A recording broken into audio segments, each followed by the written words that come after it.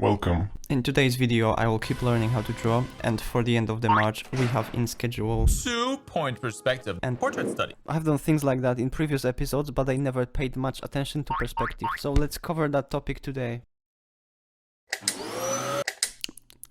At the beginning, I would like to briefly explain to you basic parts of perspective. Not because I think you came here unprepared and don't know anything about this topic, but because it will be easier for me to learn while explaining. You always start with the horizon line, and afterwards you put two vanishing points because it's 2-point perspective. Treat the horizon line as a viewer's eye or a camera. If you put it at the top, you will see the object from above, or if you put it at the bottom of canvas, you will perceive the object as seen from below. Any wall on the right will go to the right vanishing point, and any line on the left will go to the left vanishing point. Connect these two lines to create a corner and draw a vertical line to establish the height of the object. Connect the corners and you have the box. Lead two lines between the corners to create an X, and then one vertical line to find the center of the wall. Now you know how to draw a simple cube.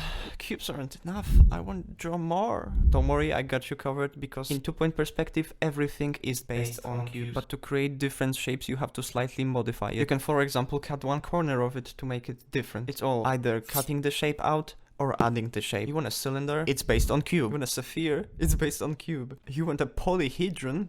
It's based on cube. Avoid putting your vanishing points too close to each other, because your figure will look very distorted. Most often they are put outside of the canvas to make them look more natural. I would recommend you use a good reference image and try to find where are the vanishing points. I used an illustration created by the Tylers Edlin. Wait, something isn't... How does this work? You can see it's not quite easy for an untrained eye to do that, but eventually I was able to find these points and horizon line. So now that I reminded myself the basics, let's head into warm-up exercise. I chose to draw like otherworldly research base, started by building up with the basic blocks. I covered the horizon line with some mountains, and I used here a really common perspective illusion, which is I drew something really close to the camera. In this case it's a rock. This is a trick that you can also use if you don't know any perspective at all. You just put something really big in front of your character to create a sense of depth. It works surprisingly really well. Natural environment has a hard to spot perspective, and because of that it's very easy to draw. You can get away with random lines like I did in this case, and combining it with the 2-point perspective makes it even more believable. And to create a scene that comes to life, all you gotta do is refine those shapes, that basic cubes or rectangles that you started drawing, make them a little bit unique, cut off some pieces, add details and texture, and don't do what I did unless you know what you're doing. Don't paint it. This was supposed to be a perspective exercise, and I wasted twice as much time doing the colors. Nobody asked for it. I should have left the colors to take care of them in the future. And it's not the first time this happened, so I definitely gotta work on that. And by the way, I used plenty of references. It's not like I got this idea out of nowhere. Of course not. I asked ChatGPT to tell me what to draw. And this is the end result. It actually looks pretty bad,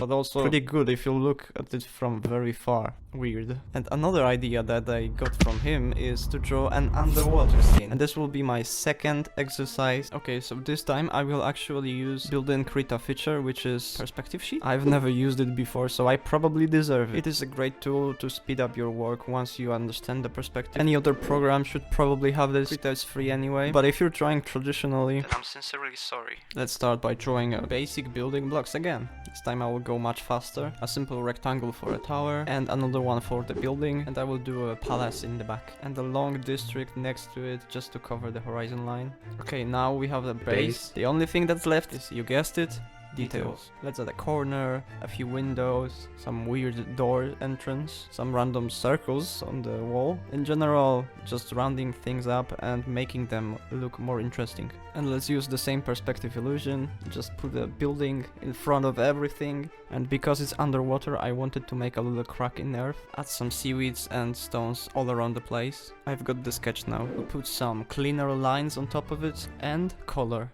Wait, weren't you supposed to not color these drawings anymore? Yeah, I'll just sloppily apply some shades on it. And for my final scene, I will draw a room for Prosciutto, so he can spend the rest of his life in there. To guide me through this final drawing, I used a tutorial. We got some bed and window. Alright. These windows actually make it feel like a prison. And it was going pretty smooth until she started putting some books on the shelf. This is unacceptable. Let's make him a real room. Of course, he has to have an iPad next to bed, desk with the monitor, a gaming chair, some drawings and unpaid taxes because he's an artist. To fill the empty space, I will put 2 posters in there. And he needs to play something. Okay, now we refine the sketch and add some shading. And I don't know why, but I decided to use lines for shading. Hey, check your new room. Okay, that will do. This is my final drawing. Wrapping up the perspective exercises. And just a little minute for the face study here. Let me know in the comments if that's a problem for you, or if you don't mind me covering 2 different topics in one video. Now, I will be making a little update on the challenge itself, and each month I will render a complete illustration to see my progress over time better. If you are interested in more in-depth study of faces, check out this video. Hope you enjoyed. It took a lot of effort to upload. So if you're not subscribed, consider it. Goodbye, I'll see you in the next one.